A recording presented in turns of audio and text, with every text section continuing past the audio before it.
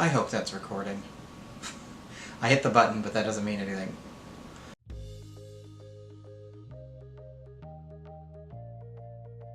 Hi guys, it's KJ Bell, and we're here on the Another Way video YouTube series thing. I'm a jig.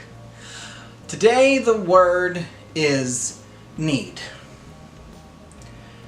So I'm going to start off with a little story about a little documentary that I love called Joan Rivers, A Piece of Work. If you haven't seen it, you should. I believe it's on Netflix still. Should be. I watch it at least 4 times a year probably because it's so good. And my favorite part is somewhere in the middle of the documentary, she's talking about show business and how it's just constant rejection. And somebody asks her, well, if it's that much rejection, why do you do it? And she looks at the camera and she goes, ask a nun why she's a nun. So I don't have a choice. I need to do this. And that's how I feel about writing. That's how I feel about music. Hopefully that's how you feel about something. The need to do it. I forgot there was supposed to be a visual aid. Okay, we're gonna do this real quick.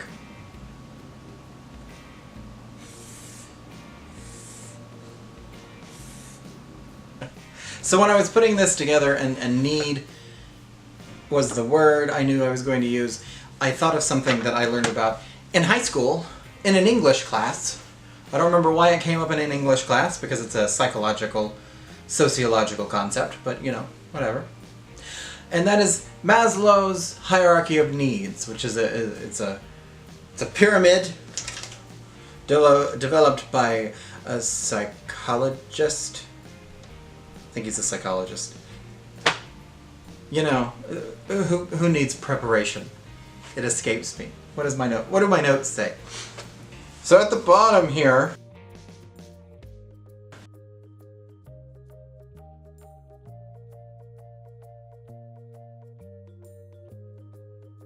are physiological needs. That's like, you know, food and water and sleep.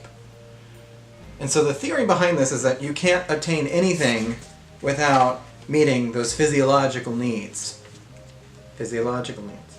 Then there's safety, like shelter. So, like, you can have food without shelter. But it's like you're not really going to be looking for shelter without food. Because if you don't have food for too long, shelter won't help you very much at all. So that's sort of the idea behind that. And then we get up to love and belonging, which is exactly what it sounds like, you know, being part of a community, all that sort of stuff. This top level is trickier because he revised it. So in the version that I learned, it's like self-esteem, it's esteem, it's attainment of your goals and the respect of your peers and blah blah blah, it's all that stuff. He revised it later, and that's beyond the scope of this particular video, but that's the hierarchy of needs. And so I started thinking about where creating falls in all of this, and that's where it got interesting. So it got interesting because I started thinking about creativity itself, because, you know, where there's sort of this umbrella that I'm working under with this entire Another Way thing, where I don't try to get too specific, even though I'm a writer and a musician.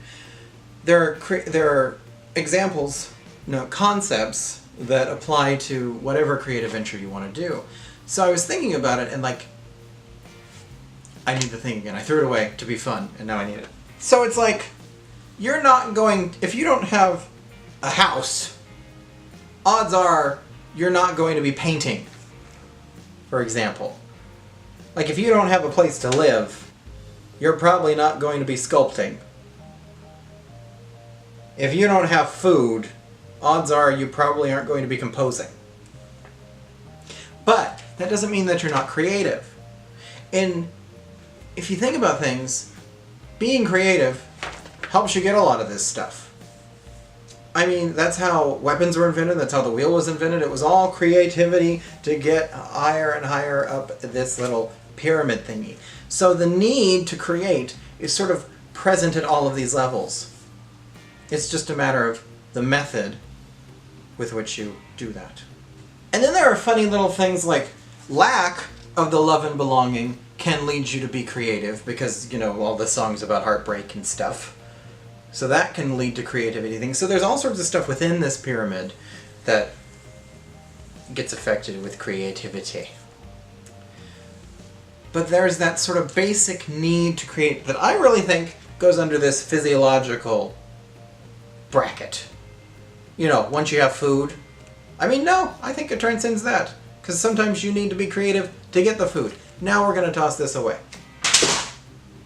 Here's my big theory, and like why I do this work now, is that I think that denying that basic need to be creative, that basic need to create, in whatever form that takes, can literally kill us. You know, back in the Stone Age, it was a matter of survival. You know, you had to create a fire, you had to create a weapon, you had to find a creative way to get food and shelter and all that stuff.